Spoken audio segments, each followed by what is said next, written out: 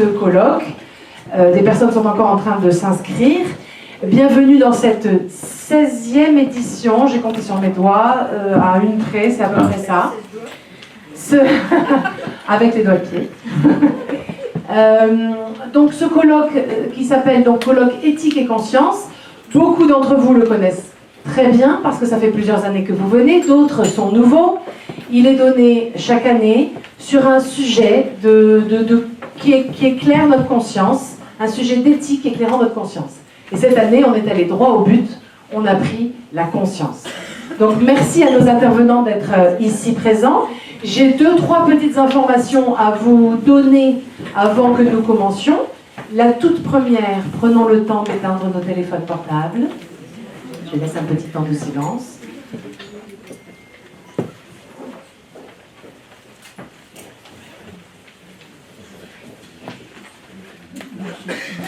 Merci. C'est important de les mettre en mode avion parce que ça peut créer des problèmes avec les micros. Voilà. Je voulais vous demander aussi si certains d'entre vous ne souhaitent pas être pris en photo, qu'ils le fassent savoir à Fabienne qui est ici, qui fait tous les reportages pour la newsletter. Et donc n'hésitez surtout pas, elle fera en sorte que vous ne soyez pas sur les photos, très important. Et puis, eh bien écoutez, je vais sans transition. Vous avez tous, je suppose, le déroulé du colloque. Nous allons entendre à la suite monsieur le professeur Carbas, puis nous allons avoir monsieur Jacques Ricot. Nous aurons une pause. Ensuite, nous aurons Pierre-François Périgaud qui va nous faire un cas médical. Et c'est au terme de ces 3 présentations que nous aurons le temps, nous prendrons le temps d'une table ronde où vous pourrez poser toutes vos questions. Voilà. En attendant, Monseigneur, je vous donne la parole, puisque c'est vous qui allez nous envoyer dans cette journée. Merci. Merci, Jeanne. Merci, Jeanne. Mesdames et messieurs, chers amis, bonjour.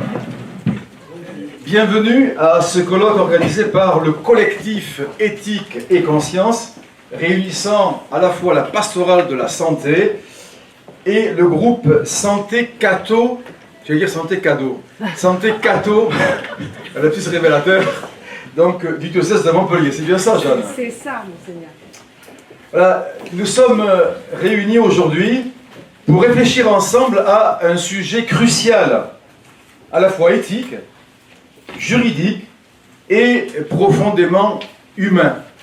La conscience, ses interrogations, ses doutes, ses questionnements face aux enjeux de la souffrance, de la maladie et de la fin de vie, en y ajoutant toutes les questions qui s'y rattachent. Dans un contexte où la médecine et ses pratiques suscitent des questionnements, dans un contexte où les débats sur la fin de vie s'intensifient, et je n'ose pas dire s'éternisent, je n'ose pas le dire, la question de la conscience du soignant et de tout accompagnant devient plus pressante. Quelle place pour la liberté intérieure face aux évolutions législatives? Comment conjuguer respect de la loi et fidélité à ses convictions? Quelle lumière l'Évangile apporte-t-il sur cette tension entre responsabilité morale et cadre institutionnel? La tradition chrétienne, fidèle au Christ, qui est venue non pour juger, mais pour servir et sauver, nous invite à accompagner toute vie jusqu'à son terme avec dignité, respect et compassion. Elle nous rappelle aussi cette tradition que la conscience n'est pas une échappatoire, mais une exigence. Celle d'un discernement éclairé, enraciné dans la vérité et l'amour du prochain. Ce colloque, me semble-t-il, est essentiel, pour ne pas dire fondamental ou fondateur. Il est une invitation au dialogue, à l'écoute, pour que chacune et chacun puisse mieux comprendre les enjeux et affermir son propre chemin de conscience. Alors merci à tous nos intervenants et à vous, participants, pour votre présence et votre engagement dans cette réflexion essentielle. Que nos échanges soient fructueux, guidés par l'esprit de vérité et de charité. Bonne journée de travail à tous. Merci.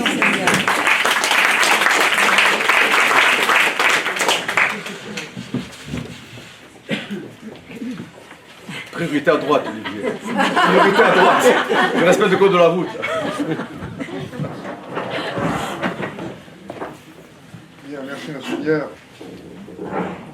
Merci Monseigneur. Donc, il me revient de présenter Jean-Marie Carbas. Jean-Marie Carbas, professeur Jean-Marie Carbas, professeur d'histoire du droit et de droit romain. Donc, il a enseigné sa discipline un peu partout en France, à Paris, à Sorbonne, à Montpellier, bien sûr. Et c'est un enseignant d'histoire du droit, de façon forte, traditionnelle. Alors pour beaucoup, le droit se réduit à la loi. Alors pour vous, Jean-Marie, Olivier, plus près du micro. transmettre le droit, enseigner le droit, c'est transmettre un système de pensée, une façon de penser le monde aussi, et aussi transmettre un langage qui s'inscrit dans une histoire. Et on ne peut pas employer des mots à plusieurs sens. Les mots ont un sens précis et veulent dire quelque chose. Bon, je ne vais pas prolonger mon propos. Simplement, Jean-Marie Carbas a écrit beaucoup d'ouvrages, en précédé d'une introduction au droit, mais pour le grand public, c'est-à-dire vous et moi, il a écrit 3 que sais-je.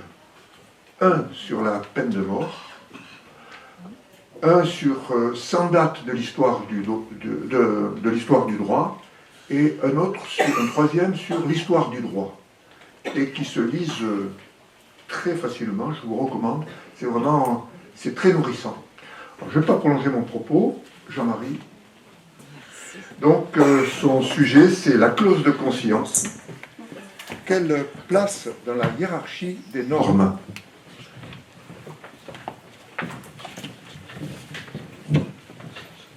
Merci.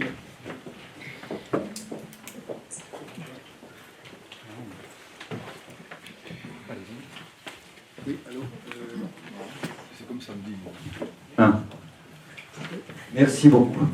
Merci Olivier, merci Monseigneur pour cette introduction qui ouvre très bien, si je peux me permettre de dire très bien, s'agissant de vous, mais qui ouvre mon propos et qui, je vais l'inscrire dans votre ligne, mais comme peut le faire un simple juriste qui est en même temps historien et très peu philosophe, mais bon, qui s'est intéressé à la théologie, etc. Mon sujet peut paraître ardu ou abscon, si on le prend dans le titre, la clause de conscience dans la hiérarchie des normes. Alors il y a 2 éléments dans mon titre. La hiérarchie des normes, je pense qu'il faut commencer par là parce que c'est l'expression la plus inconnue à un public de non-juristes, et puis la clause de conscience, bien connue des médecins. Je vais commencer par essayer de définir ces 2 termes, ces 2 expressions, après quoi je les mettrai en relation, et j'en viendrai au sujet lui-même, la clause de conscience dans la hiérarchie des normes. Je commence par la hiérarchie des normes. C'est un concept fondamental du droit contemporain. Et il est à la base de tous les systèmes juridiques actuellement en vigueur, à l'exception notable, mais je le signale simplement en passant, du droit islamique. En fait, les droits occidentaux sont tous fondés sur la hiérarchie des normes. C'est l'idée selon laquelle toutes les règles de droit, quelles qu'elles soient, s'organisent selon une hiérarchie ou une pyramide faite de différents degrés, les degrés supérieurs commandant et déterminant les degrés inférieurs, et les degrés inférieurs étant légitimés par les degrés supérieurs. Je m'explique. Alors, je rends à César ce qui est à César. Cette hiérarchie des normes a été théorisée par un grand juriste autrichien qui s'appelait Kelsen, qui a été professeur à Vienne et qui a écrit en 1934 un livre qui s'appelle Théorie pure du droit et qui inspire à peu près 99% des juristes actuels. Et pourtant, Kelsen, je le dis tout de suite, ne m'inspire pas. Mais je vous dirai pourquoi tout à l'heure.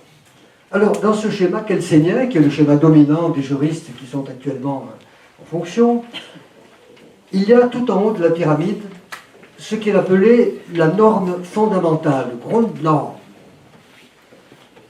Qu'est-ce que c'est que la norme fondamentale? Il ne l'a jamais définie. C'est embêtant.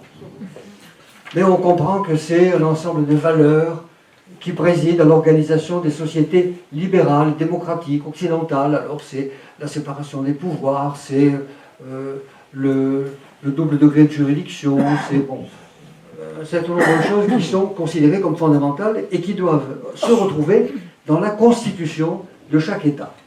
Donc la Grundnorm, les normes fondamentales, dont on tire une constitution pour chaque État. Cette constitution organise les pouvoirs, la séparation des pouvoirs, exécutifs, législatifs, judiciaires, etc. Et la Constitution dit comment on doit fabriquer, produire le droit. D'abord le droit législatif, les lois. Les lois, c'est le troisième niveau. Après la Grundnorm et la Constitution, le niveau législatif, les lois. Les lois. On en produit des quantités industrielles, un sujet sur lequel on reviendra bientôt en académie. Et il y en a trop de lois, bien entendu. On n'arrêtait pas de faire, de défaire les lois, mais bon, c'est comme ça. Sous les lois, nouveau niveau, prochain niveau, les textes qui sont destinés à appliquer la loi par le pouvoir exécutif. La loi est faite par le pouvoir législatif et le pouvoir exécutif applique la loi en des textes qu'on appelle réglementaires, les décrets, les arrêtés, etc. Il y a toute une hiérarchie qui se termine par les circulaires. Et puis, après ces textes généraux qui s'appliquent à des groupes en général, il y a des actes juridiques qui s'appliquent et qui concernent des individus, des actes particuliers. Alors ce sont par exemple les jugements rendus par les tribunaux dans des affaires particulières, des espèces, des cas. Puis il y a les actes individuels, les nominations, puis il y a les contrats en droit privé. Donc tout ça doit être conforme au règlement, les règlements doivent être conformes aux lois, les lois à la Constitution aux normes fondamentales. Vous voyez, cette hiérarchie des normes où chaque niveau dépend de celui du dessus. Pourquoi, dans ce contexte, obéit-on aux lois? Quel est le principe de l'obéissance aux lois? Pour Kelsen, on obéit aux lois, ou au droit en général, quelle que soit sa nature, on obéit au droit parce qu'il émane d'une autorité régulière, c'est-à-dire d'une autorité constitutionnelle, et parce qu'il a été pris, parce que la règle a été prise selon une procédure régulière. Donc il y a une validité formelle du droit. Si le droit a été fait dans les formes par une autorité régulière, on doit l'obéir, on doit l'appliquer. C'est du droit. Ce droit régulier, régulièrement produit, commande l'obéissance des citoyens. C'est ce qu'on appelle le positivisme juridique. On obéit aux règles parce qu'elles sont posées, positif vient de poser, elles sont posées par une autorité régulière dans des formes régulières. Et on obéit. On ne s'interroge pas sur le contenu des règles, et en particulier, on ne s'interroge pas sur le contenu moral, la valeur morale des règles. Ce positivisme juridique est la doctrine dominante chez les juristes, très dominante. Aujourd'hui en France, la hiérarchie des normes n'est plus celle de Kelsen, elle a été complétée par le haut. C'est une heureuse chose. Je vais vous dire comment elle a été complétée, mais elle reste malgré tout incomplète. Alors, elle a été complétée de deux manières. D'abord, en 1971, le Conseil constitutionnel a opéré une véritable révolution juridique en décidant que le préambule de la Constitution de 1958, qui renvoie à deux déclarations de droit, celle de 1789 et celle de 1946, ce préambule était de droit positif, c'est-à-dire qu'il fait partie du texte même de la Constitution. Et donc toutes les autorités subconstitutionnelles sont tenues de respecter ce préambule, et donc on peut arguer de ce préambule en justice pour faire annuler un acte qui serait contraire à la Déclaration des droits de 89 ou à la Déclaration des droits de 46. Donc on complète ainsi la hiérarchie de Kelsen par les déclarations de droit qui sont intégrées à la Constitution, mais qui posent des principes en fait supra-constitutionnels. Et puis, deuxième manière de compléter la pyramide de Kelsen en France et en Europe et dans le monde, depuis la fin de la guerre, l'ordre juridique national a été complété par des accords internationaux qui engagent les États, en particulier par de nouvelles déclarations de droit. D'abord celle de 1948, la Déclaration des Nations Unies, Déclaration universelle des droits de l'homme, mais qui n'a pas d'applicabilité immédiate en droit interne. Et puis une seconde déclaration qui, elle, a une applicabilité en droit interne, c'est la Déclaration européenne de 1950, la Déclaration du Conseil de l'Europe, la Convention européenne des droits de l'homme, qu'on appelle la CEDH, parce que les juristes aussi aiment les acronymes, mais ça fait gagner du temps. Donc la CEDH, qui est, dont l'application est surveillée par une cour qui siège à Strasbourg, la Cour de Strasbourg, la Cour européenne des droits de l'homme. Et cette convention a été complétée par des additifs au cours du temps, donc elle est très très complète. Et la France a ratifié cette convention de Strasbourg, c'est-à-dire que le texte de la Convention européenne des droits de l'homme de 1950, complété par des protocoles additionnels, est de droit positif en France. Elle s'applique, on peut l'invoquer devant les tribunaux, on peut saisir la Cour de Strasbourg si on considère que tel ou tel droit fondamental a été méconnu en France par une autorité française. Alors pour le sujet qui nous occupe ici, cette instance de dernier ressort, ces conventions de droits de l'homme, surtout l'européenne, sont évidemment très importantes. Très important qu'il y ait quelque chose, un recours extérieur finalement, pour garantir les droits fondamentaux. Mais, comme je vous le dirai en terminant, ce n'est pas, là non plus, totalement rassurant, ni suffisant. Voilà ce qu'est aujourd'hui, dans notre droit positif, la hiérarchie des normes. Elle est faite de textes de niveaux différents, qui sont tous de droit positif, droit posé par l'autorité publique, et on en reste là. Il n'y a pas de place pour un niveau supérieur, qui serait celui de la morale, de l'éthique, ce que les théologiens et certains juristes encore appellent le droit naturel. Aujourd'hui, pour la plupart des juristes, Antigone ne peut plus dire à Créon ce que lui fait dire Sophocle. Ce n'est pas d'hier que date ce décret, c'est-à-dire cette règle qui veut que l'on enterre décemment les morts, pour rappeler l'histoire d'Antigone. Ce n'est pas d'hier que date ce décret, il est éternel, et personne ne sait depuis quand il est apparu. C'était la première expression de la notion d'un droit naturel. Voilà donc pour le premier concept, la hiérarchie des normes, et je passe maintenant au second membre de mon titre, la clause de conscience. Deux mots, là encore, dont il faut préciser le sens, la conscience et la clause. Je commencerai par le plus important, la conscience. Dans l'étymologie, conscience, c'est cum scientia. On peut traduire par avec un savoir, avec une connaissance, ce que l'on sait ou ce que l'on sent. Alors, il d'abord s'agit d'un devoir moral, la conscience est l'expression d'un devoir moral, c'est le premier sens du mot, historiquement. Puis, dans un deuxième sens, notre acception est apparue, c'est l'acception psychologique. C'est la conscience, c'est le fait d'être conscient, d'avoir sa conscience. Ce sont deux sens différents. Je commencerai par la conscience morale, qui est la plus importante. Je n'évoquerai que, accessoirement, la conscience psychologique. Alors, la conscience morale, donc, cum scientia, c'est le fait d'avoir une conscience, le fait d'avoir une science, de connaître quelque chose.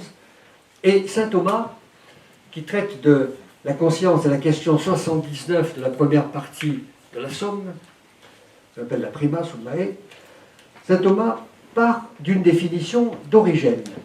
Donc une définition des premiers temps de l'Église. Origène qui dit ceci, donc je cite rapidement, la conscience est spiritus corrector, le correcteur de l'esprit, pedagogus animae socius, le pédagogue ou le maître associé à l'âme,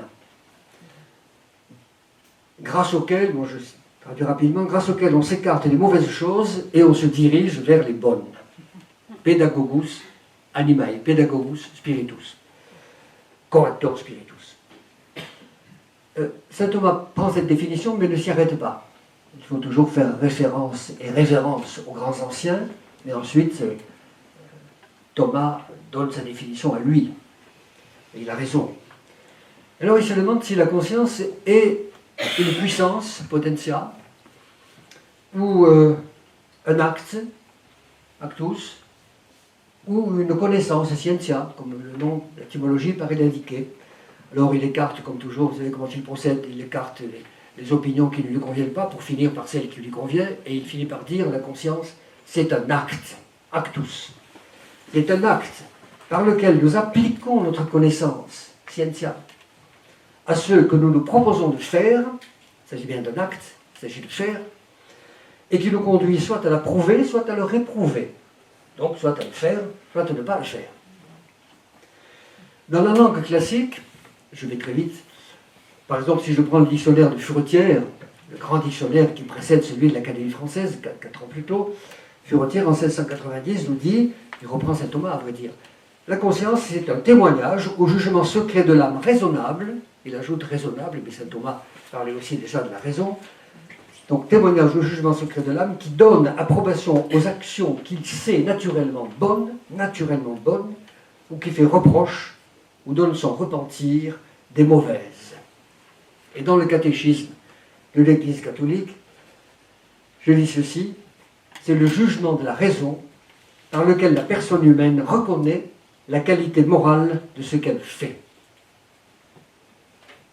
Donc je simplifie, la conscience, c'est le juge intérieur qui nous dit si, en principe, ceci est bon ou mauvais.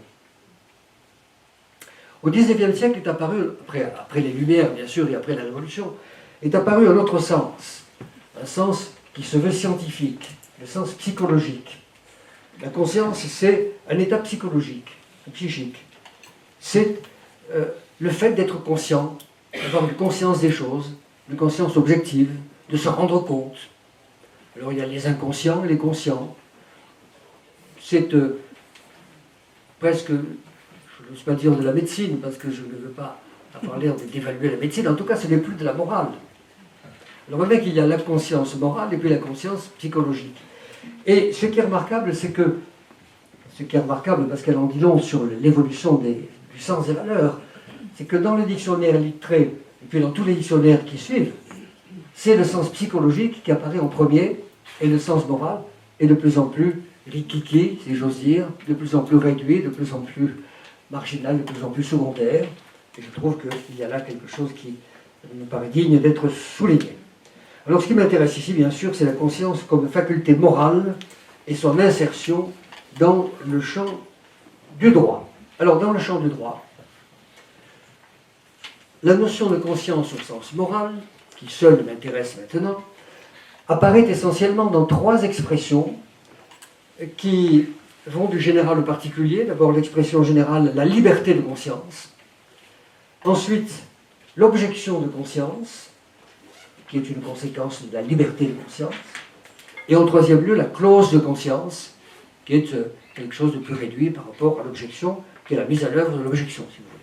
La mise à l'œuvre partielle de l'objection.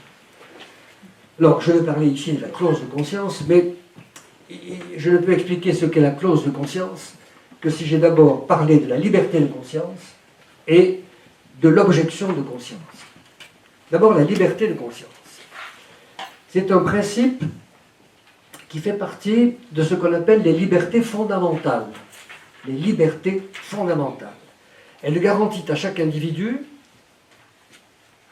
le droit de penser, de croire, de pratiquer une religion ou de ne pas en pratiquer, plus largement le droit d'avoir des convictions personnelles sans contrainte ni ingérence extérieure. Et elle inclut également, cette liberté de conscience, le droit de changer de religion ou de conviction, ainsi que le droit donc de ne pas avoir ni religion ni conviction. Il est important de noter ici que la liberté de conscience ne se limite pas à la liberté de religion, elle s'étend à toutes les convictions, y compris philosophiques, politiques, morales, positives ou négatives. Le droit de croire ceci ou de ne pas croire cela, de penser ceci ou de ne pas penser cela. Donc, elle englobe aussi la religion, et même le rejet de la religion, elle englobe la morale, et même le rejet de la morale. Le principe essentiel, c'est que cette liberté de conscience signifie que sur une opinion, qu'elle soit positive ou négative, ne doit se fonder aucune discrimination, ni positive ni négative. Ce n'est pas parce qu'on a une opinion qu'on doit être sanctionné pour cette opinion, et ce n'est pas parce qu'on a une opinion qu'on doit être favorisé pour cette opinion. Donc, tout le monde doit être traité de la même manière, qu'il appartienne ou pas à une église, à une corporation, à une confrérie, à une loge, etc. C'est de l'exposé théorique que je fais ici, bien sûr. La liberté de conscience figure dans toutes les déclarations de droit, avec quelques variantes, mais il y a toujours, c'est toujours sous-tendu par l'idée de coexistence pacifique des opinions et des croyances, ou des non-opinions ou des non-croyances. Et c'est le sens, là, de la laïcité, correctement entendue. L'État ne prend pas parti pour une religion ou pour une autre, pour une croyance ou pour une autre. Il n'en favorise ou défavorise aucune. Il n'a qu'un seul souci et une seule mission, assurer la liberté des opinions dans le respect de chacune et la coexistence pacifique de toutes. L'État est donc compétent, non de l'ordre public, pour régler au moyen de la loi, non pas la liberté d'opinion ou de croyance, mais l'expression, la manifestation de cette liberté d'opinion ou de croyance. Et l'article 10 de la Déclaration des droits, qui donc fait partie de notre Constitution, l'article 10 disait « Nul ne doit être inquiété pour ses opinions, même religieuses. » Et il ajoutait, et la fin est très importante, « Pourvu que leur manifestation ne trouble pas l'ordre public établi par la loi. » L'État est le garant de l'ordre public, c'est même sa principale raison d'être, peut-on penser, et il impose cet ordre public par la loi expression de la volonté générale, expression de la volonté du peuple souverain. Mais voici, aussitôt que surgit la question. Cette loi démocratique, cette volonté générale, c'est-à-dire majoritaire, concrètement, peut-elle tout vouloir? Peut-elle tout prescrire ou tout interdire, fût-ce au nom de l'intérêt général? À ce point central, qui est le point névralgique du sujet, nous voyons s'esquisser comme le risque d'une contradiction massive, qui est apparue dès les débuts de la Révolution et dont nous ne sommes toujours pas sortis aujourd'hui. D'une part, l'homme en général, l'homme français, le citoyen français aussi, a des droits que la Déclaration des droits qualifie de naturels, inaliénables et sacrés. Et en même temps, dans certains de ces articles, cette Déclaration des droits vient nous dire que la loi, l'acte du pouvoir législatif, peut limiter l'exercice de ces droits. Alors c'est le cas de l'article 10, c'est le cas aussi de l'article 11, qui pose le principe de la liberté d'exprimer ses opinions, la liberté de la presse en particulier. Et toujours avec cette réserve, sauf à répondre de l'abus de cette liberté dans les cas déterminés par la loi. Je remarque entre parenthèses, il n'y voyait aucun mauvais esprit, que cet article 11 a été proposé par le duc de La Rochefoucauld, qui était un grand révolutionnaire, un grand libéral, un noble libéral, cette grande noblesse libérale qui a fait la révolution en réalité. Et ce pauvre homme a été victime des massacres de septembre 1792. Bon, je ferme la parenthèse. En 1789, il n'est pas encore question de liberté de conscience. L'expression n'apparaît pas dans le texte. Mais le mot conscience figure dans la Déclaration universelle de 1948, la déclaration de l'ONU, article 1er, je le cite, tous les hommes, tous les êtres humains naissent libres et égaux en dignité et en droit au pluriel. Ils sont doués de raison et de conscience et doivent agir les uns envers les autres dans un esprit de fraternité. Magnifique article. On retrouve la notion de conscience à l'article 18 de la Déclaration qui garantit la liberté religieuse. Je le cite, toute personne a droit à la liberté de pensée, de conscience et de religion. Ce droit implique la liberté de changer de religion. Entre parenthèses, c'est une des raisons pour lesquelles la Déclaration universelle n'est pas acceptée dans les pays islamiques, parce que dans les pays islamiques, on n'a pas le droit de changer de religion. Donc, implique le droit de changer de religion ou de conviction, ainsi que la liberté de manifester sa religion ou sa conviction, seul ou en commun avec d'autres, tant en public qu'en privé, par l'enseignement, les pratiques, le culte, l'accomplissement des rites. C'est une liberté très large, ainsi définie par l'ONU, et l'article suivant précise que nul ne peut être inquiété pour ses opinions. On retrouve la Déclaration française de 89. Voilà pour la liberté de conscience. Je passe à la deuxième expression, où on trouve le mot conscience, important en droit, c'est l'objection de conscience. C'est la mise en œuvre de ce droit de ne pas être inquiété pour ses opinions, même religieuses, lorsqu'on les met en œuvre. Ne pas être inquiété, donc ne pas être sanctionné, ne pas être puni, en cas de refus d'obéir à un ordre considéré par l'exécutant comme contraire à ses opinions religieuses ou autres. Ce refus, on le qualifie en droit d'objection. En prenant le mot au sens étymologique, obiacere, le fait de jeter quelque chose en travers du chemin, donc de s'opposer, d'empêcher le passage.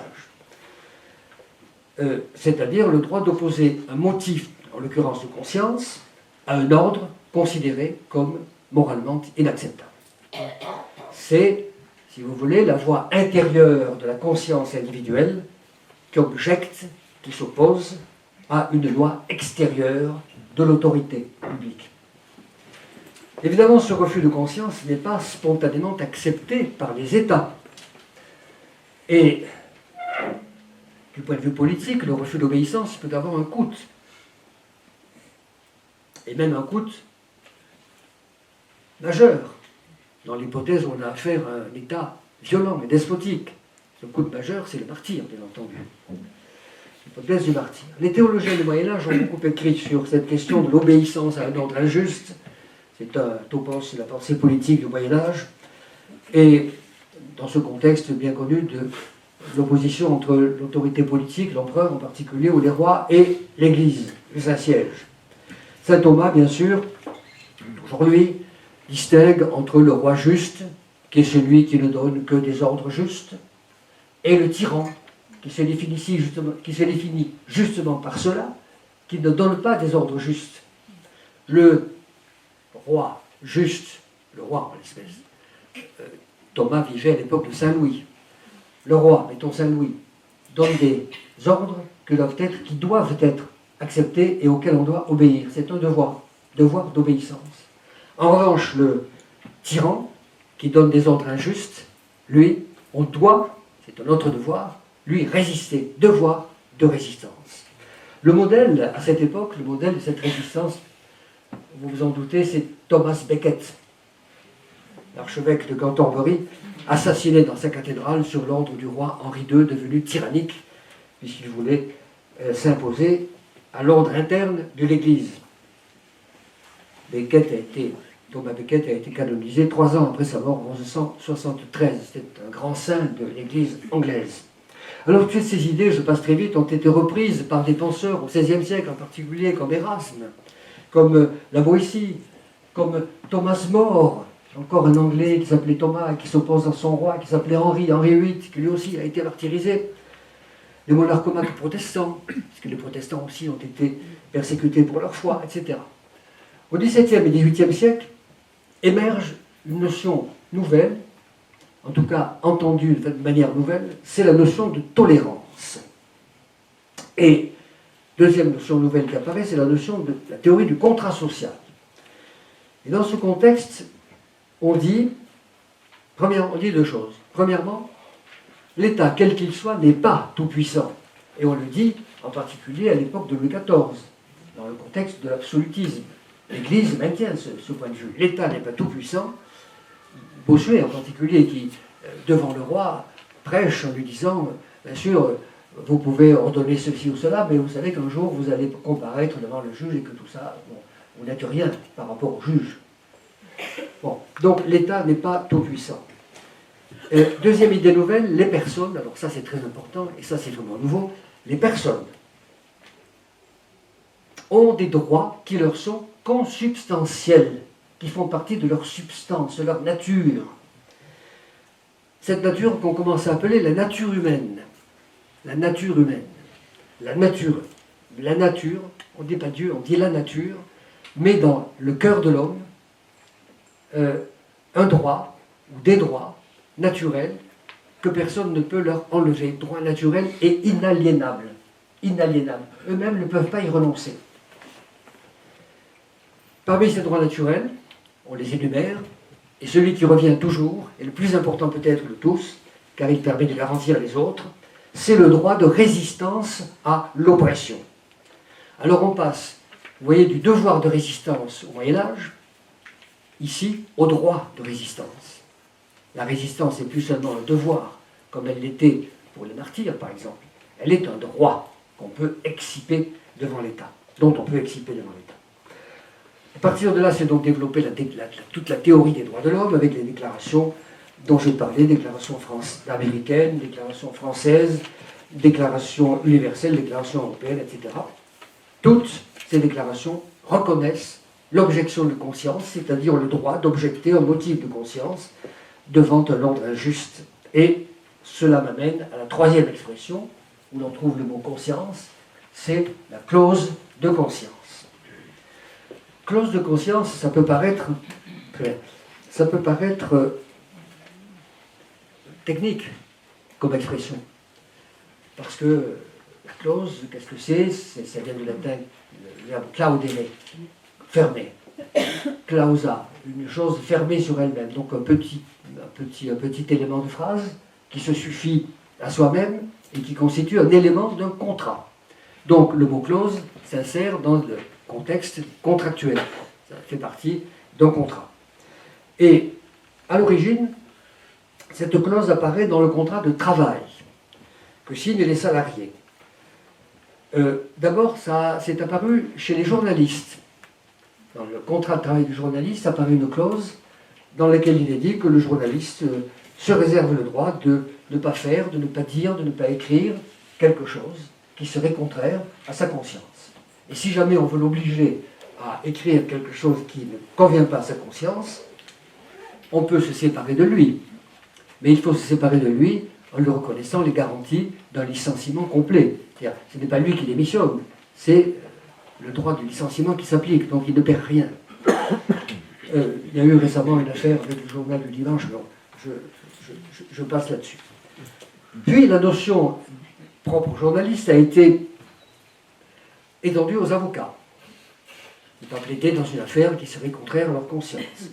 Puis aux dirigeants d'entreprise, aux architectes, et enfin aux médecins salariés, et puis aux médecins libéraux, considérant qu'il y a entre eux-mêmes et leurs patients un contrat, quasi-contrat de service dans lequel on peut insérer une clause de conscience. Donc, nul médecin ne peut pratiquer un acte qui est contraire à sa conscience. Ça, c'est la clause de conscience générale. À quoi la loi Veil, en 1975, a ajouté l'autre niveau de la clause de conscience, si vous voulez, clause de conscience spéciale au cas de l'avortement. La loi Veil dit ceci, elle est maintenant dans le Code de la santé à l'article L 2212-2, alinéa 1. un médecin n'est jamais tenu de pratiquer une interruption volontaire de grossesse. Ça, c'est clair, net et précis. Un médecin n'est jamais tenu. Et c'est la même chose pour les autres professions de santé, alinéa 2. Aucune sage-femme, aucun infirmier ou infirmière, aucun auxiliaire médical, quel qu'il soit, n'est tenu de concourir à une IVG. Voilà les termes définis. Alors, dans le peu de temps qui me reste, je vais mettre ces deux éléments en présence.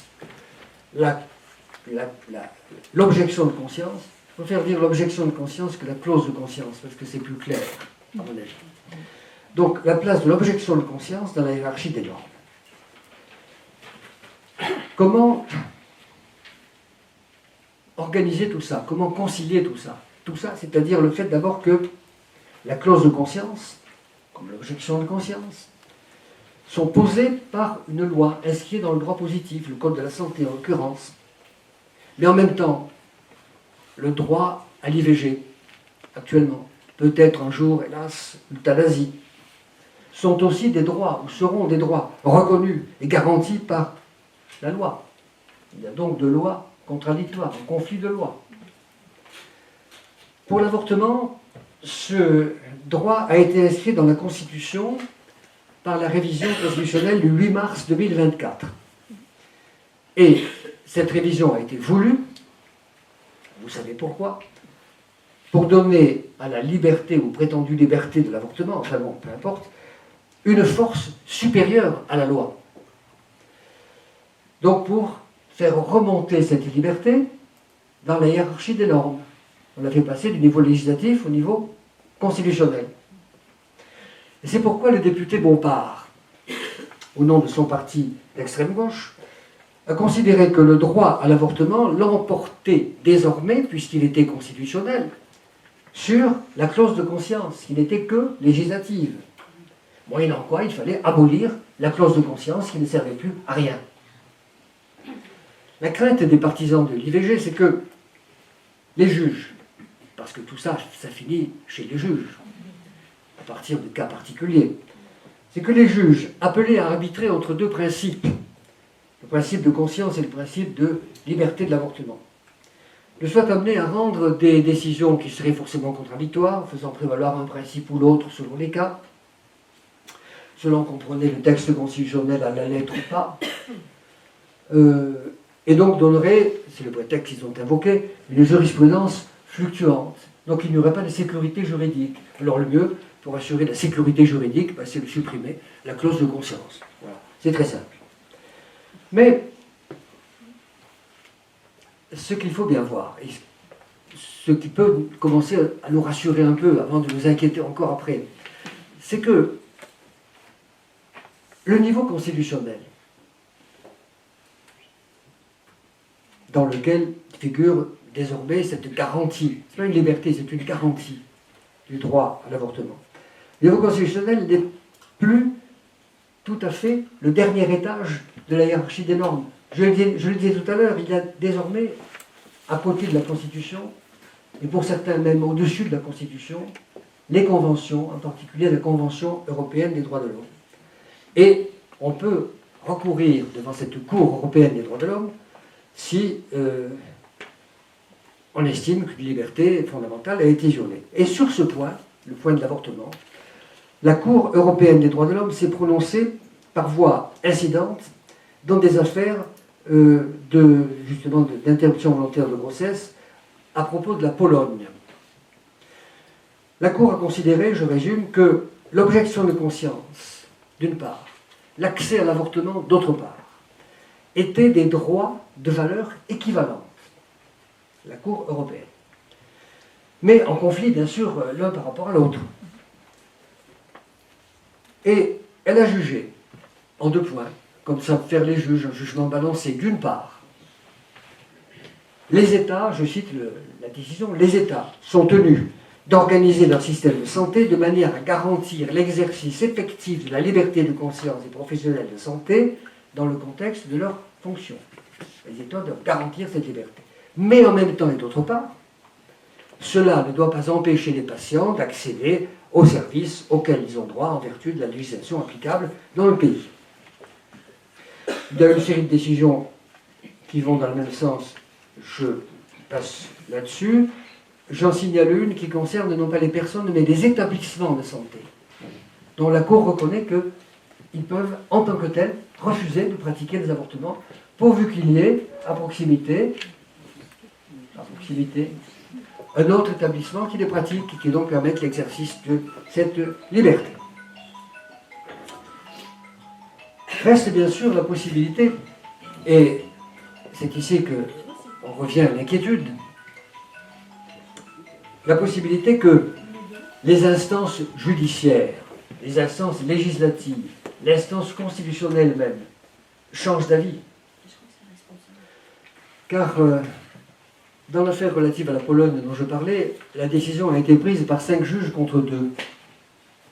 Mais bon, c'est pas l'unanimité. On peut considérer que c'était il y a une dizaine d'années. On peut considérer que dans 10 ans, ça pourrait être 2 juges contre 5. On ne sait pas du tout. Donc, même cette jurisprudence n'est pas une garantie pour l'avenir. On peut changer la Constitution, changer la loi, bien entendu.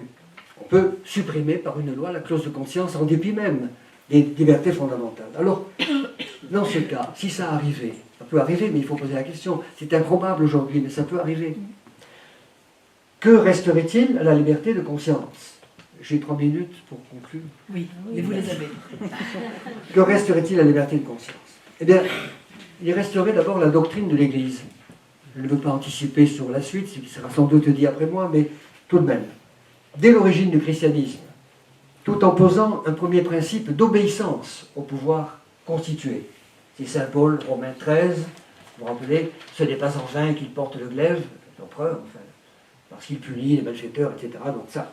Mais en même temps, ce que dit Saint Pierre dans les Actes au chapitre 5, il vaut mieux obéir à Dieu plutôt qu'aux hommes. Donc c'est ça le dernier mot, obéir à Dieu plutôt qu'aux hommes. On a des précédents dans l'Ancien Testament, avec dans l'histoire des Maccabées en particulier. Je pense à un moment où le tyran veut obliger une famille à manger du cochon, et cette famille subit le martyre parce qu'elle refuse de manger le cochon qui n'est pas permis par la loi de Moïse.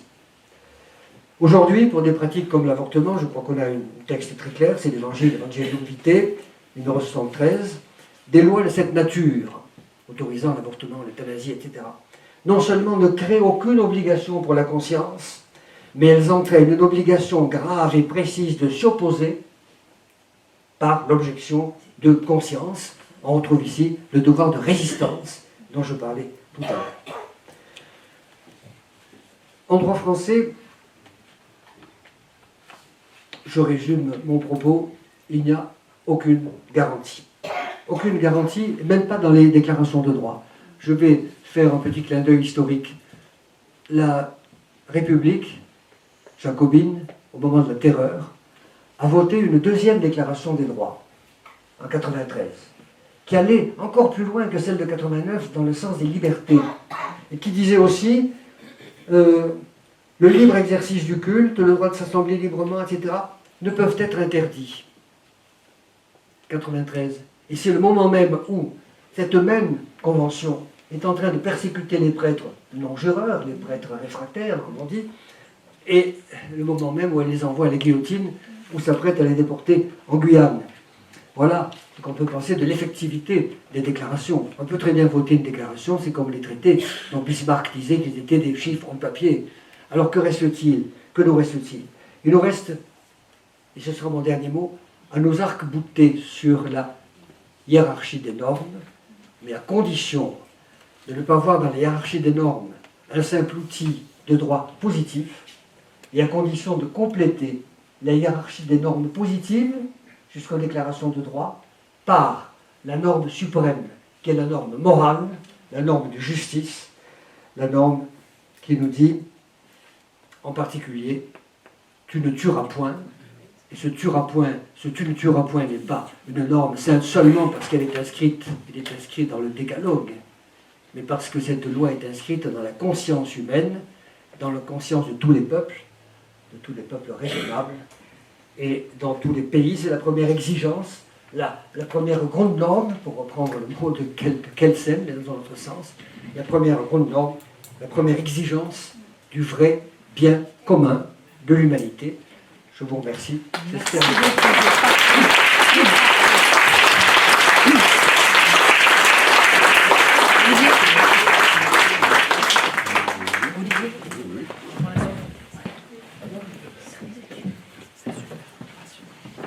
On passe d'emblée à la... Oui. Oui.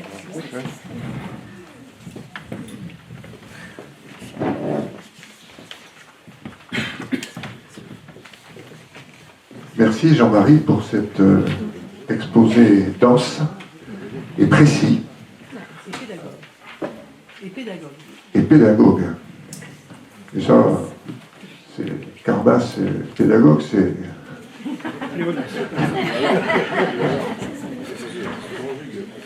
Et là, maintenant, deuxième intervenant, Jacques Ricot, que nous avions eu le plaisir d'écouter en vidéo il y a 2 ans sur un thème sur la liberté relationnelle.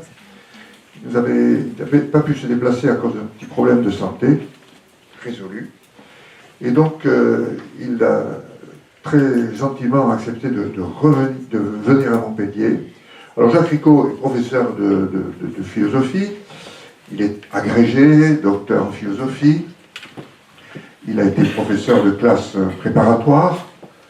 Il a été aussi professeur, enseigné la philosophie dans divers séminaires. Et il est toujours en activité, chercheur associé au département de philosophie de l'Université de Nantes. Et très tôt, il s'est engagé dans les enjeux de l'éthique médicale, en fin de vie d'ailleurs, c'est le sujet de sa thèse. Et pour un philosophe, c'est rare de rencontrer des philosophes qui s'affrontent à la complexité des situations que les médecins que les soignants sont appelés à rencontrer. Et donc, dans la logique de cet engagement, il est membre de la Société française d'accompagnement en soins palliatifs, il est le référent philosophe. C'est un homme de conviction, mais qu'il exprime avec beaucoup à la fois de force et de douceur. Il a écrit de multiples ouvrages. Il y en a un à vous recommander, c'est Penser la fin de vie, qui a été récemment réédité aux presses des hautes études, de l'école des hautes études en santé publique. C'est l'école de Rennes, le Saint-Cyr des directeurs d'hôpitaux. Et c'est vraiment la Bible du soignant. Et pas uniquement pour la problématique de la fin de vie, ce que c'est le soin. Voilà. D'autre part, il a écrit des petits ouvrages du bon usage de la compassion. Je vous le recommande. Je vous le recommande. Et enfin, qui sauver, l'homme ou le chien hein, sur la dissolution des frontières entre l'homme et l'animal. Là aussi, c'est un autre enjeu. Alors, je lui laisse la parole. Jacques, merci, pour nous parler de... Voilà.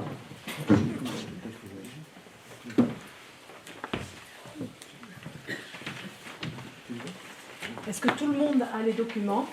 Donc, c'est ça. Alors, il va nous le...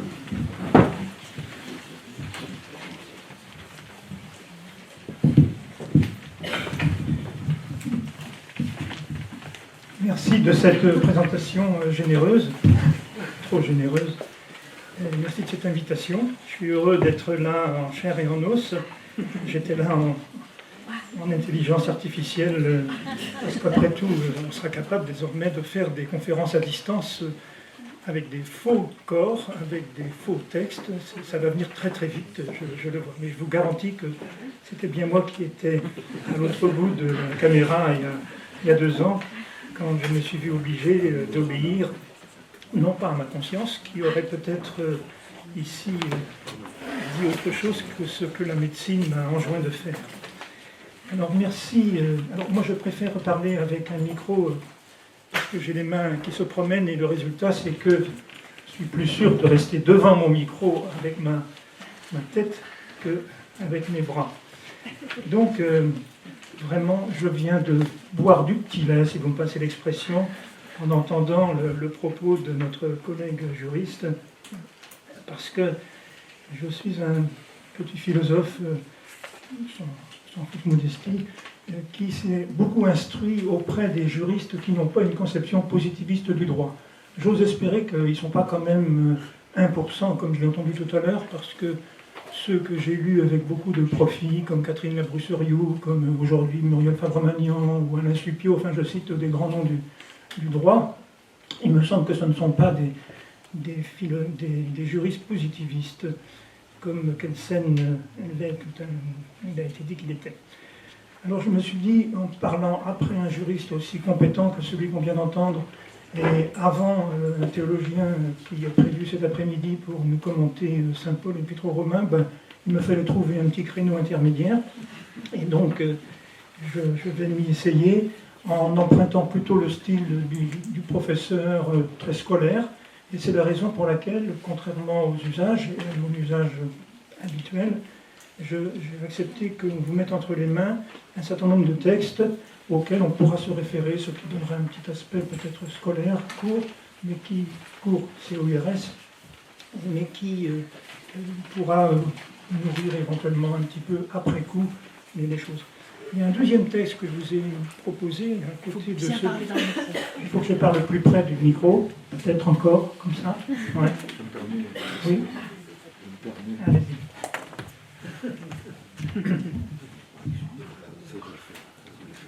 Merci. Alors, pour être dans les hautes responsabilités spirituelles, on n'en est pas moins un bon technicien. Merci.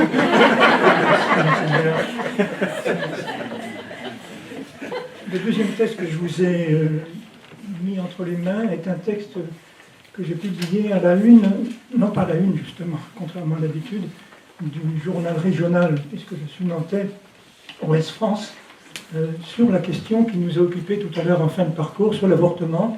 Et je soumets humblement ce texte à votre jugement, et en particulier à celui de notre juriste, parce que j'ai essayé de toucher cette question à ma façon, avec mes mots à moi.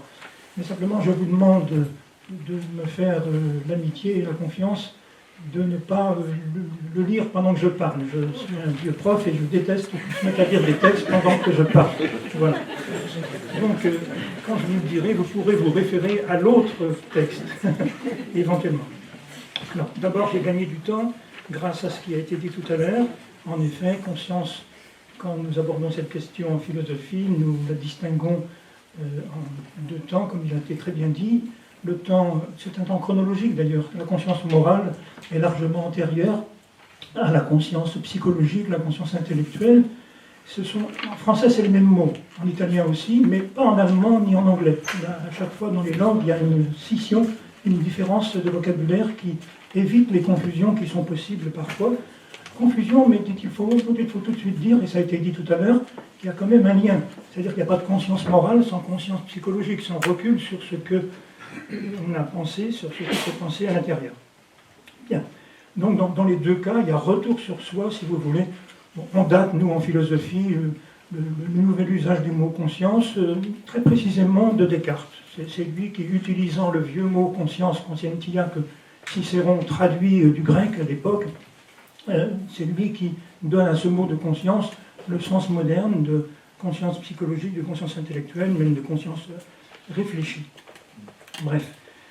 Alors, qu'est-ce que c'est que la conscience morale? C'est la faculté propre à l'esprit humain d'évaluer au sens fort du mot, donner une valeur à ses actes, voire éventuellement aussi à ses pensées. On a, dans l'histoire, progressivement abandonné la notion de conscience morale au profit du sens moral, enfin, en partie du moins, sous l'influence des philosophes écossais, Hobbes, Hume, et plus précisément Hutcheson, Shaftesbury. Bon, moi je ne vais pas faire le savant, mais le sens moral, ça veut dire qu'on est allé plutôt du côté du sentiment que du côté de la réflexion. En fait, c'est les deux. Une conscience morale, c'est à la fois un sentiment, quelque chose que l'on ressent, et en même temps quelque chose qui est cette instance jugeante, cette instance évaluante, ce principe de la raison. La conscience morale, elle naît très très tôt. Dans une cour de maternelle, déjà, vous avez un enfant qui va dire, parce qu'il a été réprimandé par le maître ou la maîtresse, il va dire, c'est pas juste, c'est pas moi. Enfin, il a déjà conscience, il a déjà une conscience morale à ce niveau-là. Et ça commence d'ailleurs souvent par une réaction plutôt négative. C'est plus difficile de savoir ce qui est bien que de comprendre instantanément ce qui est mal. Alors, nous avons une conscience morale. Est-ce que les animaux ont une conscience morale? Il a été fait allusion tout à l'heure à une petite publication sur les frontières entre l'homme et l'animal. Alors, certains vont aller jusqu'à dire que des animaux ont un début, une amorce, une ébauche de conscience morale. C'est pas impossible, mais ce n'est qu'une ébauche. Mais la différence quand même entre l'homme et l'animal, c'est que l'homme, très clairement, est capable de dissocier l'être du devoir-être. L'homme est capable de se dissocier, justement, de ses actes.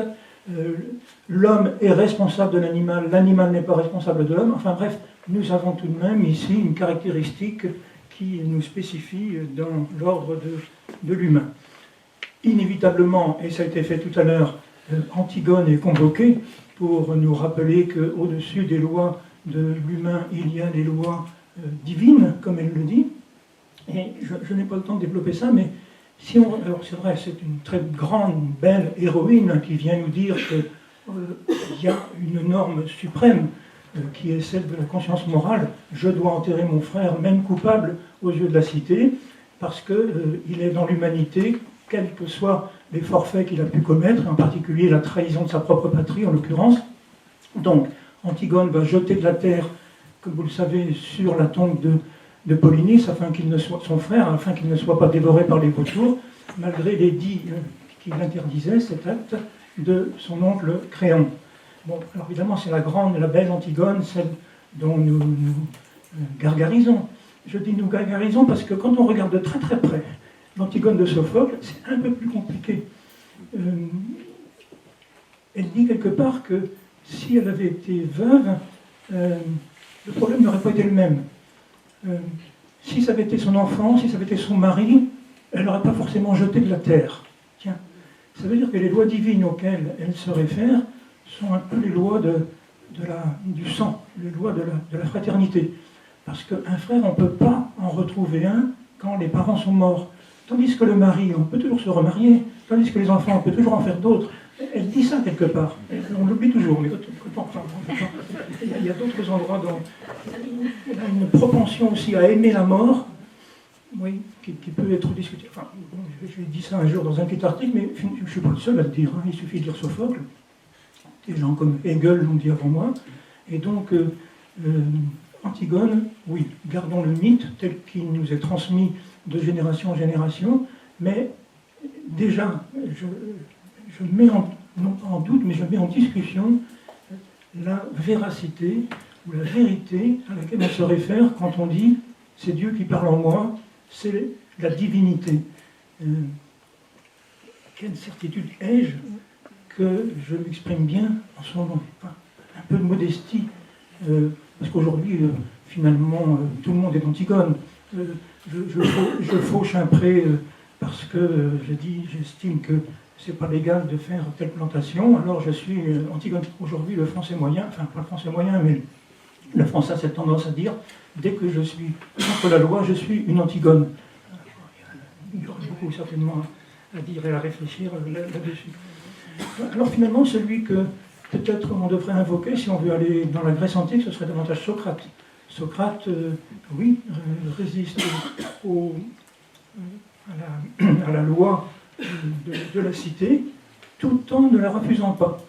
Peut-être que c'est audacieux de ma part, mais vous savez, Socrate, il écoute son daimon, c'est-à-dire là aussi une voix divine qui lui parle, plus fort que la loi de la cité, mais il ne récuse pas les lois de la cité, il les accepte. Et donc il fait objection contre les lois de la cité tout en restant dans la cité. Antigone sort de la cité, clairement. Je pense que peut-être on pourrait dire que Socrate est un objecteur de conscience, pendant que Antigone pratique, elle, la désobéissance civile, c'est-à-dire remet en cause les lois mêmes de la cité, alors que l'autre accepte les lois de la cité tout en faisant valoir sa conscience individuelle. Peut-être que cette distinction, d'ailleurs, pourra éclairer quand nous serons réunis autour de cette table pour reprendre la question de l'avortement. Alors, dernière chose, dans les préliminaires, cette conscience, on l'a dit, c'est une voix. Enfin, on dit que c'est une voix. D'où vient-elle? Là encore, la question reste entière. Qui est-ce qui m'a dit de faire comme ci, comme ça, ou m'a dit de ne pas faire comme ci ou comme ça? Cette voix, elle me parle avant même que je pose un acte. Et elle me parle aussi après que j'ai posé un acte. C'est-à-dire que, par la voie du remords. Voilà. C'est-à-dire quelqu'un qui n'aurait plus cette fonction du remords, eh bien, il n'aurait plus de conscience morale. Et quelquefois, enfin moi j'ose dire ça comme ça, quelquefois, il se peut que l'on fasse taire cette voix de la conscience précisément en s'abritant derrière d'autres considérations que l'on emprunte soit à la loi civile, soit à une loi morale qu'on s'est un petit peu fabriquée sur mesure. J'ose dire ça parce que j'ai eu à préfacer le livre de soignants belges qui, 25 ans après la légalisation de l'euthanasie dans leur pays, continuent à refuser de pratiquer l'euthanasie. Ils sont minoritaires. Ils sont minoritaires alors dans leur idée et dans leur pratique. Parce que je le glisse par parenthèse, mais en Belgique, comme au Canada, comme dans beaucoup d'autres pays, les médecins sont favorables à l'euthanasie à condition que ce ne soit pas eux qui la pratiquent. On a une très faible minorité de médecins qui réellement pratiquent les euthanasies. Et c'est cela qu'on entend toujours. Mais ceux qui, tout en étant favorables à condition que ce ne soit pas eux, sont finalement l'immense majorité. Donc c'est un point que je signale en passant, parce qu'il nous indique qu'il y a à l'intérieur de la conscience morale, justement, toujours des tiraillements. Il y a peut-être pas cette netteté qu'on pourrait attendre. La conscience morale n'est pas si transparente qu'on le souhaiterait, bien souvent. Donc, on parlait de conscience antécédente pour parler de cette voie de la conscience. On parlait aussi de la conscience conséquente, c'était le mot, celle qui suivait, un sentiment de satisfaction, un sentiment de remords qui pouvait être là dans ce lieu sacré, sanctuarisé du jugement moral. Et donc, comme elle est dans le fort intérieur, elle est, par définition, celle du sujet, c'est-à-dire qu'elle est subjective. Elle est subjective. Mais subjective, ça peut nous conduire aussi à ce qu'on appelle parfois le subjectivisme. Et donc, une relativisation de l'opinion. Quand le professeur Jonquet m'a demandé un titre, je lui ai proposé « La conscience morale n'est pas une opinion ». Pourquoi? Parce que je venais de lire le livre qui s'appelle « La déroute de la raison », qui a été écrit par mon collègue et ami suisse François-Xavier Poutala, qui, depuis 30 ans, enseigne la philosophie du Moyen-Âge pour l'essentiel, et qui surtout est en Suisse, en philosophie en tout cas, le meilleur spécialiste de la réflexion sur le suicide assisté. Et évidemment, il en connaît un rayon puisqu'il est aux premières loges pour assister à tout ce qui s'est passé. Il a donc écrit ce livre, La déroute de la raison, les enjeux des suicides assistés, et c'est la raison pour laquelle, dans le texte 1 et aussi le texte 2, que cette fois-ci vous avez le droit de regarder, eh bien, j'ai cité un propos de lui, et vous le regarderez tranquillement quand j'en aurai fini, mais vous savez qu'il est là, et donc vous comprendrez pourquoi j'ai choisi ce titre, La morale n'est pas une opinion, parce que c'est exactement ce qu'il indique. Alors, d'une part, j'ai reproduit un de ses propos des premières pages, où il explique que justement, une opinion ne peut pas être complètement, subjective, qu'en même temps, elle a un devoir d'aller vers une vérité de l'acte. Et donc, il va retrouver cette notion fondamentale de la conscience qui est aussi une instance jugeante. Qu'est-ce que ça veut dire juger? Qu'est-ce que ça veut dire utiliser sa raison? Ce n'est pas forcément uniquement, exclusivement, justement, laisser l'opinion prendre le dessus dans cette affaire.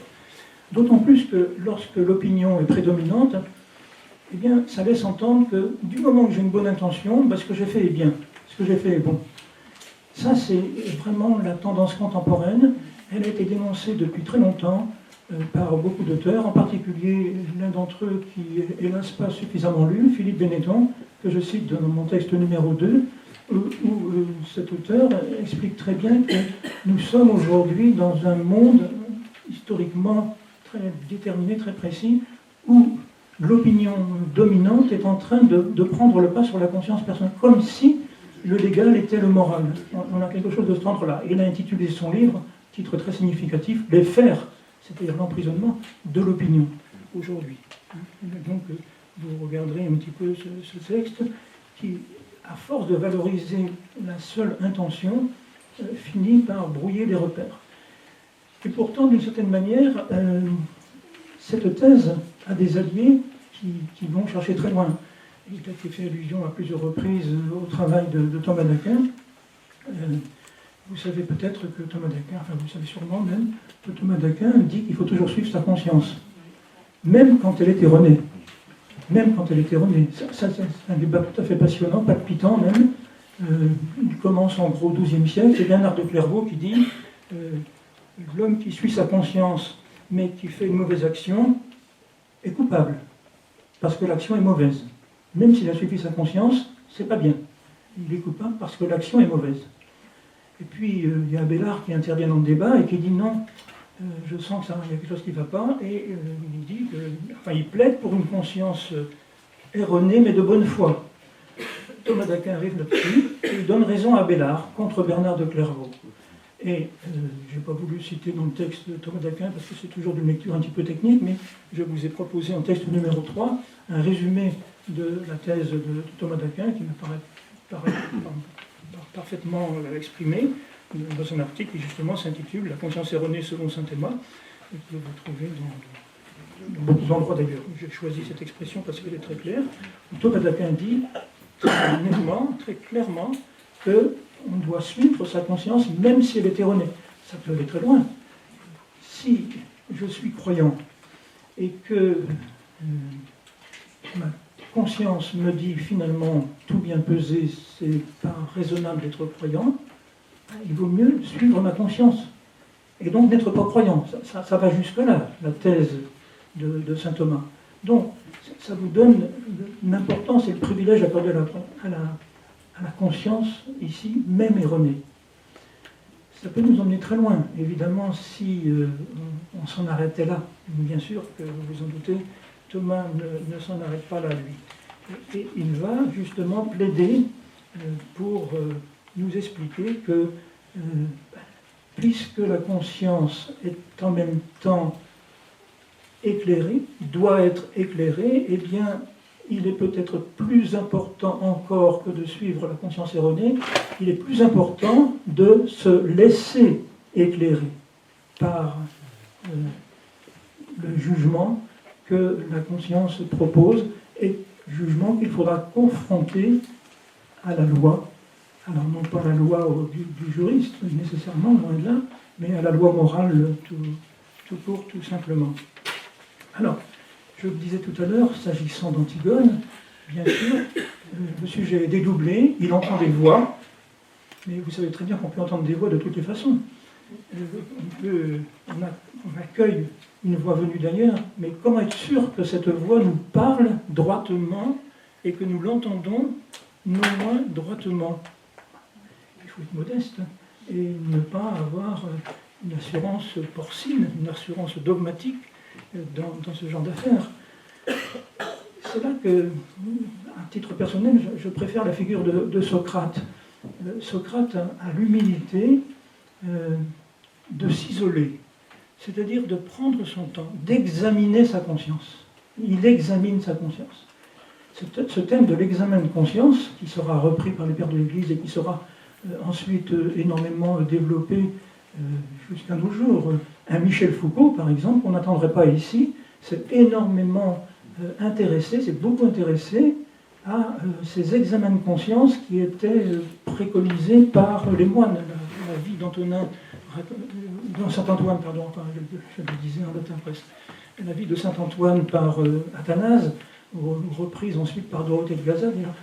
C'est des gens qui insistent sur l'examen de conscience qui doit être nécessaire. Alors, Dorothée de Gaza allait jusqu'à dire qu'il fallait le faire toutes les 6 heures. Peut-être pas exagéré, mais il faut le faire régulièrement. Socrate nous le dit, Socrate c'est ce personnage qui prend son temps avant de prendre des décisions. Pour arriver par exemple à l'idée qu'il est plus important de subir l'injustice que la commettre, voilà un bel exemple de conscience morale très fort, Socrate était capable de s'isoler. C'est le sens du texte que je vous propose en numéro 4, qui est extrait ici du banquet. où les disciples de Socrate, mais où il est passé? Tiens, il est parti. Il est parti quoi faire? Il est parti s'isoler. Il est parti réfléchir. Il est parti... il ne s'est pas laissé prendre par l'ambiance, j'allais dire l'opinion publique générale. Il est parti. Et encore, je vous ai passé sous silence ce deuxième texte qu'on trouve toujours dans le banquet d'ailleurs, où Socrate va à la guerre. Il est à la bataille de Potidée, et c'est pareil, pendant toute une nuit, il va rester debout.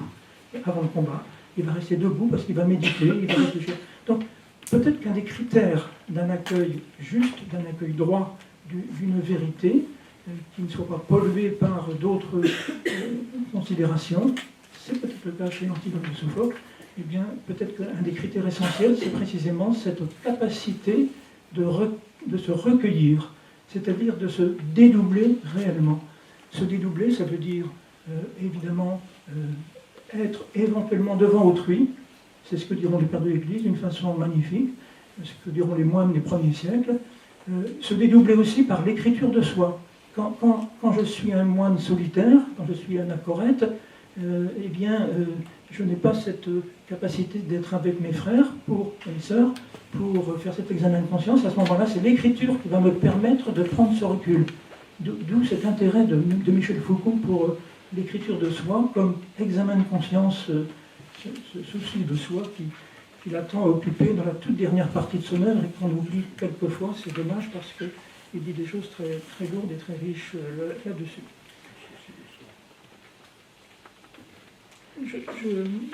Je n'aurai pas le temps parce que je sais que la montre tourne très vite, de montrer comment il y a des différences entre l'islam et le christianisme dans la notion de conscience. Et par exemple, la notion de martyr. Parce qu'un deuxième critère d'une conscience droite, éclairée, si vous voulez, outre le recul, le recueillement dont je parlais, c'est aussi évidemment d'être capable de mettre en œuvre des actions qui soient non violentes. L'objecteur de conscience est structurellement, par définition, non violent. Le débat a rebondi lorsque, par exemple, le père Hamel a été assassiné. Était-ce un martyr?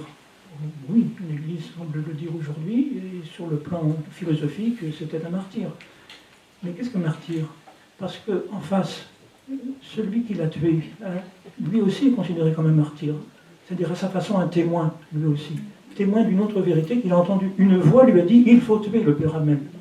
C'est ce qu'il a. C'est extraordinaire parce que les djihadistes qui tuent, qui décapitent les enseignants, etc., ou qui s'attaquent, comme on le voit en ce moment avec le procès sur le basilique de Nice, ce sont toujours des gens qui ont entendu une voix, eux aussi. Alors, où trouver la différence? Parce qu'il dit c'est ma conscience qui m'a dit de faire ce geste. Enfin, un autre critère, c'est précisément, je pense, la non-violence. C'est-à-dire, si je suis un martyr, c'est parce que j'ai témoigné jusqu'au sacrifice de ma vie. Ah, mais le djihadiste voulait les mêmes choses. J'ai témoigné jusqu'au sacrifice de ma vie. Oui, sauf que vous avez enlevé la vie des autres. Tandis que le martyr en question, le martyr traditionnel, le martyr tel que le christianisme l'a défini avant tout le monde, historiquement d'ailleurs, c'est quelqu'un qui est non-violent jusqu'au bout. Si bien que l'Église ne déclarera jamais martyr, et c'est arrivé, quelqu'un qui a été violent, y compris dans ses propos au moment de mourir. Il y a des cas tout à fait intéressants sur les martyrs en Corée, sur lesquels on pourrait revenir, mais je n'y reviens pas. Alors j'ai voulu vous citer un propos d'un producteur de radio, parce que, là encore, c'était au mois de mars 2019, et je m'étais fondé sur cet article pour le critiquer, là encore dans une tribune qu'à l'époque je pouvais écrire assez librement dans le journal Ouest France, et donc c'était la une qui m'avait été offerte, c'était pas rien, j'avais eu droit quand même à 600 000 lecteurs, 700 000 même, parce que c'était un samedi, pour expliquer la différence qu'il y avait entre un martyr en régime chrétien et un martyr en régime musulman.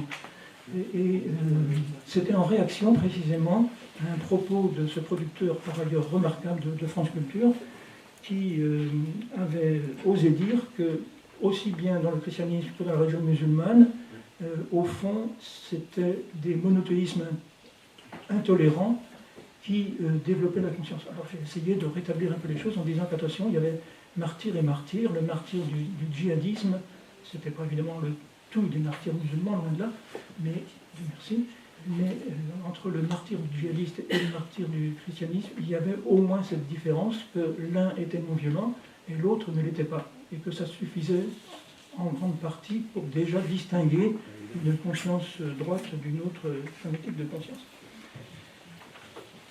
Alors vous voyez peut-être arriver le texte numéro 6, qui je ne le savais pas quand je l'ai proposé ici aux organisateurs et donc à vous-même, je ne savais pas qu'il allait figurer au fronton de ce qui est écrit sur le site internet pour inviter à cette journée.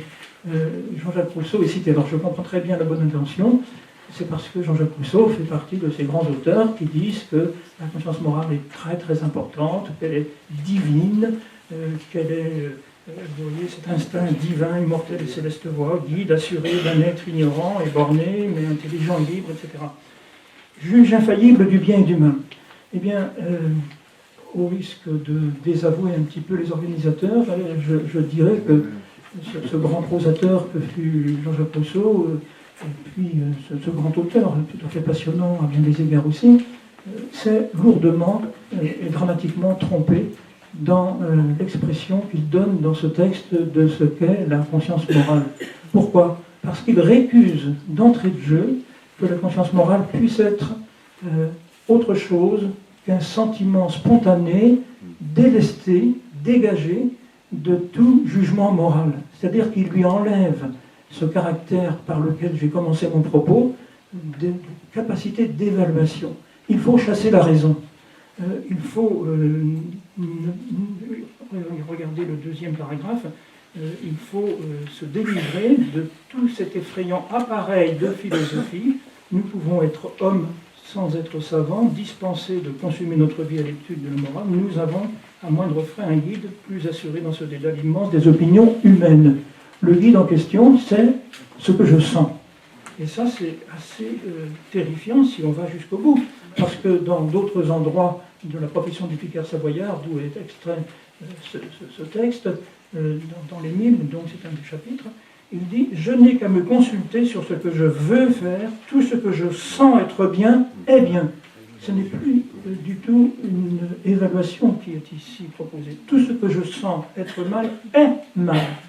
Autrement dit, il y a répudiation de la raison.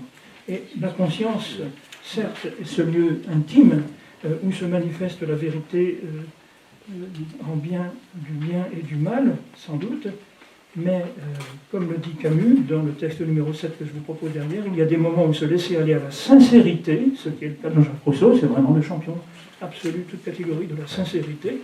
Eh bien, il y a des moments où se laisser aller à la sincérité équivaut à un relâchement inexcusable. Voilà une petite notation, comme en passant, que Camus avait livrée dans ses carnets, qui ont été publiés de façon posthume, mais qui me paraît parfaitement judicieuse. Donc, le voilà le subjectivisme. C'est-à-dire que sous prétexte que la conscience morale est un lieu du sujet, mais un lieu du sujet où s'écrit et s'écoute une loi morale qui nous dépasse, qui nous transcende, voilà que c'est le lieu où, au contraire, c'est moi, sujet, qui décide, qui décrète ce qu'est le bien et le mal. Je n'accueille plus le bien et le mal, je le sens parce qu'il est produit finalement de ma subjectivité. On est là donc en plein subjectivisme, me semble-t-il. Et la sincérité va dispenser de la recherche de la vérité. C'est un petit peu moderne, ça. Enfin, je veux dire moderne au mauvais sens du mot. Hein. Comme je le disais en commençant, mon intention est bonne, donc c'est bon. C'est plus compliqué que ça, bien entendu. Bien entendu. Il suffit donc d'avoir une bonne intention. Et pour ce qui concerne la fin de vie, c'est un classique. Mon intention est bonne puisque je veux abréger les souffrances de quelqu'un et donc je le fais mourir. Mon intention est bonne et cela suffit. Donc vous avez votre opinion, j'ai la mienne, et le débat n'est plus possible. L'argumentation est devenue très très compliquée. J'en sais quelque chose, moi qui il a été fait allusion tout à l'heure, qui ai travaillé cette question depuis une trentaine d'années, au moins. et qui ai rencontré des collègues dans le cadre d'auditions à l'Assemblée nationale ou au Sénat. C'était encore ce qui m'est arrivé il y a 2 ans, même pas 2 ans. Il est très difficile de dialoguer, c'est-à-dire d'entrer en raison, dialogos, c'est-à-dire de raisonner avec quelqu'un, d'argumenter. Pourquoi? Parce que c'est toujours la même chose. Vous avez votre opinion, j'ai la mienne. Nous deux, nous voulons abréger les souffrances. Vous le voulez en accompagnant la personne. Moi, je le veux en supprimant la personne. Et voilà où est le problème. En gros, donc il n'y a même plus moyen d'argumenter sur justement ce qui conditionne cette perception de la conscience morale. C'est un débat difficile, délicat, mais que pourtant il faut essayer de mener. Alors, on m'a dit que j'avais dit. Est-ce qu'on me dit toutes les minutes? Il m'en reste combien maintenant? Il vous en reste 3. Il m'en reste 3. Oui, mais je m'en fiche un petit peu parce qu'on a une table ronde après. Oui, c'est ça, exactement. Je pourrais vous rattraper. Il y aura une séance de rattrapage, bien sûr, parce que vous vous en doutez, il y a tellement de choses à dire, en particulier sur ce thème que je viens d'évoquer. Donc je terminerai avec les 3 minutes qui me restent en disant que oui, la conscience morale n'est conscience morale que si elle accepte d'être éclairée, sinon elle n'est plus une conscience morale. Elle est réduite au pur sentiment d'exister, et donc voilà pourquoi, si Rousseau peut être convenablement invoqué comme il a été fait au fronton de cette journée qui est consacrée à la conscience, Rousseau ne peut pas être notre maître en l'affaire. Pourquoi? Parce qu'il lui manque cette dimension essentielle de recouvrir un peu. Donc cette faculté propre à l'esprit humain qu'est la conscience morale signifie qu'on fait très attention à ce que l'on juge, à ce qui est jugé. Et donc il y a, alors c'est le moraliste qui va parler, il n'y a pas de déconnexion entre la morale et le droit, même si ce sont 2 instances rigoureusement distinctes. Le prochain article que je vais publier, qui est déjà écrit, s'intitule justement La fonction expressive de la loi. Et j'emprunte ce syntagme à Robert Badinter, tout simplement, qui le disait déjà au moment du débat sur la question euthanasie. Badinter n'était pas contre le suicide au sens large, mais il était tout à fait hostile à l'euthanasie parce que, disait-il, il y a une fonction expressive de la loi. Il y a donc une connexion quand même entre ce que la loi dit et ce que la morale implique. Et donc la morale, alors où sont nos grands principes? On a parlé de loi naturelle, de droit naturel, le philosophe n'est pas forcément très à l'aise avec ces notions, mais au moins il sait qu'il y a un interdit anthropologiquement structurant et civilisateur, c'est celui qui dit « tu ne tueras pas », qui n'est pas simplement une expression du décalogue, mais qui est une expression que je me plais à citer, c'est encore le cas dans le dernier texte que j'ai publié dans le livre que Olivier Jonquet a montré tout à l'heure, Penser la fin de vie. J'ai pris plaisir à citer dans ma dernière annexe l'intervention d'un philosophe communiste, athée, revendiqué, aujourd'hui décédé, mais qui était un ami d'une certaine manière et remarquable dans ses propos, qui s'était insurgé au Parlement dans un des premiers débats qui avait eu lieu il y a déjà une quinzaine d'années, et qui avait dit « mais on ne touche pas cet interdit civilisateur. Je suis tout à fait hostile à la légalisation de l'euthanasie pour cette raison. » Et donc il faut lire son propos, très court, très bref, très argumenté. Il y a au cœur de la coexistence pacifiée entre les citoyens cette exigence de ne pas être violents les uns par rapport aux autres. Et même dans le cas de la légitime défense, on ne va pas dire que c'est bien de tuer quelqu'un sous prétexte qu'on s'est défendu. On va dire simplement que c'était l'expression juriste, un état de nécessité, je ne pouvais pas faire autrement, on ne va pas dire que c'était bien. Voilà. Et c'est important de le rappeler moralement, cet interdit est structurant. Il y a d'autres interdits, par exemple l'interdit du mensonge, structure également toute société. Parce que si on enlève l'interdit du mensonge, ça veut dire qu'il n'y a plus de confiance entre nous. J'avais 2 organisateurs que je viendrai aujourd'hui, et puis finalement j'avais menti. Il y a un problème, on ne pourrait plus vivre ensemble s'il n'y avait pas ce minimum de confiance que le mensonge précisément interdit. Et puis on pourrait aussi parler d'interdit de l'inceste qui empêche le brouillage des générations, qui oblige un clan à s'ouvrir à l'extérieur de soi. Mais là, je vois qu'on commence à me regarder avec des gros yeux. Et donc je vais clore là-dessus, comme je l'ai dit tout à l'heure, en utilisant éhontément la séance de rattrapage qui nous sera offerte tout à l'heure. Merci.